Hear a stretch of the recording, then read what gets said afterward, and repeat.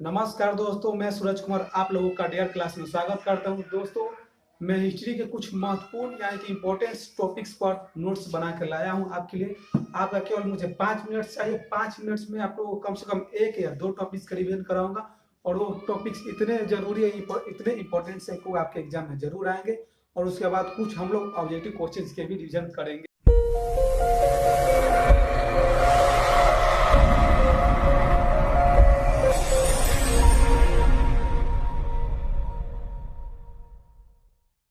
तो चलिए दोस्तों, शुरू करते हैं हम लोग आज का टॉपिक है मेटरनिक या फिर इटली के एकीकरण की सबसे बड़ी बाधा।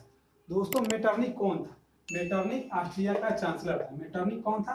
मेटरनिक ऑस्ट्रिया का चांसलर था और यह इटली के एकीकरण में सबसे बड़ी बाधा था। क्यों था? क्योंकि यह ऑस्ट्रिया का चांसलर था। अगर इटली का एकीकरण होता तो इसके हाथ से इसका सत्ता निकल जाता और ये हाथ धोकर बैठ जाता, पहले जैसा राज नहीं कर पाते। ठीक है, इसलिए यह इटली का एकीकरण नहीं चाहता था। ठीक है, यह कभी भी नहीं चाहता था कि इटली की एकीकरण हो और यह बहुत निरंकुश और क्रांतिकारियों का कट्टर विरोधी था। निरंकुश का मतलब होता है जो कि अपने मनमानी करे, हमेशा जैसा मन में वैसा करे, जिसको जैसा उसे सूली पर लटका दे, फांसी दे दे, मरवा दे, कटवा दे, वैसा कर दे, उसी निरंकुश कहते हैं। और यह क्रांतिकारियों को, जैसे ही लोग क्रांतिकारी आंदोलन शुरू करते थे वैसे ही वो शुरू में उसको बीच में ही दबा देता था ताकि कोई उसके खिलाफ आवाज ना उठा सके। ठीक है दोस्तों, यह केवल राजशाही और राजा के दैवीय अधिकारों में विश्वास रखता था। राजशाही का मतलब राजसी ठाट बाट, राजवाड़ा, वैसे इस सब में विश्वास रखता था। अपने राजसी ठाट बाट पर बहुत सारे पैसा खर्च करता था और जनता से बहुत सारे अधिक ये कर वसूलता था, जिससे जनता पर इसने बहुत सारे अत्याचार और जुल्म किए और अंत में जाकर जनता ने इसके खिलाफ आंदोलन शुरू किया। उसके बारे में भी हम लोग बाद में पढ़ेंगे इटली के एकीकरण में।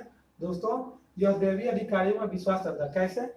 ये केवल जानता था कि जैसे कि राजा ही भगवान होता है, आई एम बेस्टेस्ट, लुई 14वां ने जैसे कहा था, ये भी वैसे ही मानता था कि मैं ही राज्य हूँ, शासन करो और कोई परिवर्तन ना होने दो और किसी को इसमें हस्तक्षेप न करने दो।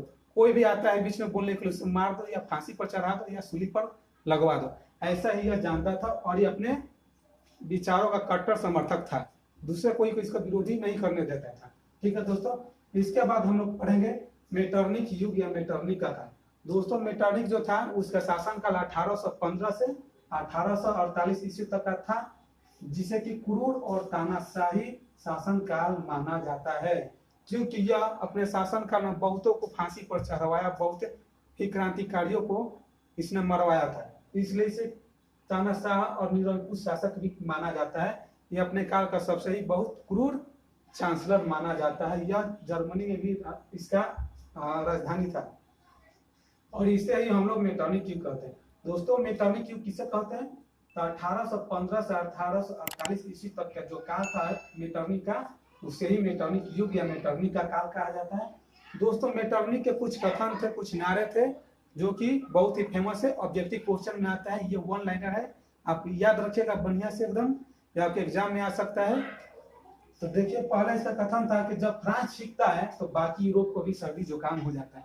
दोस्तों, जब 1789 की फ्रांसीसी क्रांति हुई थी, मैंने आप लोगों को बताया था, तो वहां पर लोगों ने वहां के राजा को, लुई 16वां को फांसी पर चढ़ा दिया आंदोलन के बाद। तो जब वहां पर फ्रांसीसी क्रांति हुई तो उसके बाद से जानते हैं हम लोग पूरे यूरोप में राष्ट्रवाद का प्रसार फैल गया था। इसी बात को लेकर इसने बोला था कि जब फ्रांस सीखता है तो बाकी यूरोप को भी सर्दी जुकाम हो जाता है। और इसका बात 100% एकदम बिल्कुल 100% सच है, इसमें कोई शक नहीं है।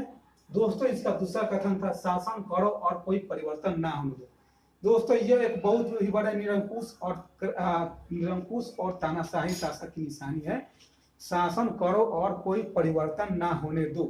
क्यों?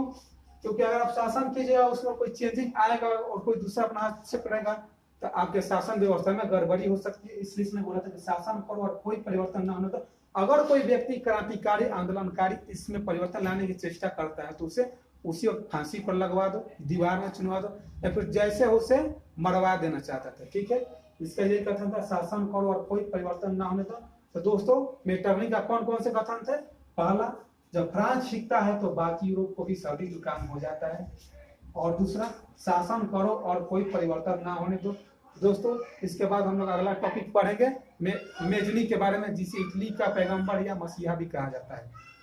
तो दोस्तों हम लोग मेजनी के बारे में कल पढ़ेंगे और अब कुछ ऑब्जेक्टिव क्वेश्चन के बाद देख लेते हैं हम लोग, जो कि मैंने लिखा हुआ है बोर्ड पर, आप लोगों को आंसर देना है। दोस्तों नेपोलियन संहिता कब लागू किया गया था? तो नेपोलियन संहिता 1804 ईस्वी में लागू किया था। ठीक है, इसके अनुसार जन्मजात विशेष अधिकार समाप्त कर दिए गए थे। लोगों में कर हटा दिया गया था, किसानों से भू दासत्व को हटा दिया गया था, और ऐसे ही बहुत सारी चीजों को हटाकर लोगों के बीच में बराबरी और समता का भाव उत्पन्न किया गया था नेपोलियन संहिता के द्वारा। ठीक है दोस्तों, नेपोलियन ने सीसेल पाइन गणराज्य कहाँ स्थापित किया था? इस सवाल का आंसर क्या होगा दोस्तों? तो दोस्तों नेपोलियन ने सीसेल पाइन गणराज्य की स्थापना इटली में की थी, और इसके अलावा उसने इटली में एक और गणराज्य की स्थापना की थी जिसे ट्रांसपेरेंट गणराज्य भी कहा जाता है। ठीक है दोस्तों, हमारा अगला 3 नंबर सवाल है, राइन जनसंघ की स्थापना कब और कहाँ की गई थी? दोस्तों राइन जनसंघ की स्थापना 1806 ईस्वी में, ठीक है 1806 ईस्वी में जर्मनी में की गई थी। दोस्तों ये जो राइन जनसंघ है ये 39 राज्यों का जनसंघ है। ठीक है, नेपोलियन ने वहां पर भी राइन जनसंघ की स्थापना करके जर्मनी के एकीकरण का पृष्ठभूमि पहले ही तैयार कर दिया गया। दोस्तों हमारा अगला सवाल है, भारत का नेपोलियन किसे कहा जाता है? दोस्तों ये सवाल बुक में नहीं है, लेकिन इसे मैंने अपने से दिया। ये अक्सर जीके में सवाल पूछा जाता है, भारत का नेपोलियन किसे कहते हैं? तो दोस्तों भारत का नेपोलियन जो है उसे समुद्रगुप्त को कहा जाता है। भारत का नेपोलियन समुद्रगुप्त को कहा जाता है।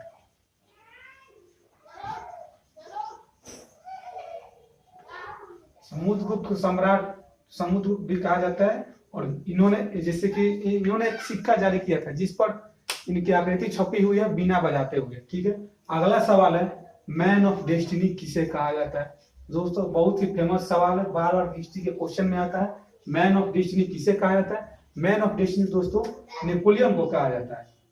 जी हाँ दोस्तों, मैन ऑफ डेस्टिनी नेपोलियन को कहा जाता है। ये भी बहुत ही इंपॉर्टेंट सवाल है, इसको याद कर लीजिएगा आप लोग।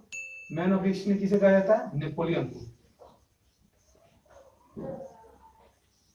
अगला हमारा 6 नंबर सवाल है, यूरोपीय सभ्यता का पालना किस देश को कहा जाता है? दोस्तों यूरोपीय सभ्यता का पालना किस देश को कहा जाता है? यूरोपीय सभ्यता का पालना यूनान को कहा जाता है, क्योंकि यूरोप में जितने भी पुरानी सभ्यताएं थी सारी की सारी यूनान में पाई जाती है और वहीं से शुरू हुई थी, इसलिए यूनान को यूरोपीय सभ्यता का पालना भी कहा जाता है।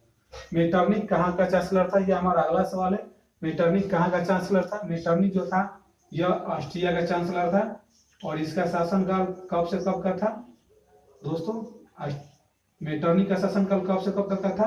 तो मेटरनिक का शासनकाल 1815 से 1848 तक की ईस्वी को मेटरनिक का शासनकाल कहा जाता है, या फिर इसका मेटरनिक युग भी कहते हैं। अगला सवाल है, मेटरनिक का शासनकाल कब से कब तक था? इसका आंसर मैंने अभी भी बताया है। इसका शासनकाल जो है 1815 से लेकर 1848 तक ईस्वी तक का है। ठीक है दोस्तों, इसे मेटरनिक युग या मेटरनिक का शासनकाल कहा जाता है। वह एक बहुत ही क्रूर और तनाशाह शासक था। ठीक है दोस्तों, हमारा अगला और 9 नंबर सवाल है, शासन करो और कोई परिवर्तन ना होने दो, यह कथन किसका है? जी हाँ दोस्तों, शासन करो और कोई परिवर्तन ना होने दो, यह कथन मेटरनिक का है। जी हाँ दोस्तों, ये जो कथन है मेटरनिक का कथन है, शासन करो और कोई परिवर्तन ना होने दो। इसने एक और कथन कहा था कि जब यूरोप छिपता है, जो कि हमारे अगले सवाल में है, जब फ्रांस छिपता है तो बाकी यूरोप को भी सर्दी जुकाम हो जाता है।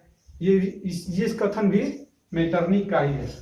जब फ्रांस छिपता है तो बाकी यूरोप को भी सर्दी जुकाम हो जाता है, यह कथन भी मेटरनिक का है, और इसने 100% बात सच कही थी। राष्ट्रपति का प्रसार भी हमारा जो है फ्रांस से शुरू हुआ था, फ्रांसीसी क्रांति के द्वारा हुई थी। दोस्तों मैंने कुछ 2 सवाल दिए हुए हैं जो कि आप लोगों को बनाना है। पहला सवाल है, यूरोप का मरीज किसे कहते हैं? इसे आप कमेंट सेक्शन में लिख सकते हैं। और अगला सवाल है, हंगरी की भाषा क्या है? इसे नेक्स्ट वीडियो में मैं इसका आंसर दूंगा, इसे आप कमेंट सेक्शन में लिख सकते हैं। तो दोस्तों आप लोगों का आज का वीडियो कैसा लगा, इसे आप लाइक कीजिए, कमेंट कीजिए, शेयर कीजिए और चैनल को सब्सक्राइब कीजिए, ताकि हम लोग को बढ़ावा मिले और ऐसे अच्छे अच्छे वीडियो बनाकर आप लोगों की हम मदद कर सके। थैंक्स दोस्तों।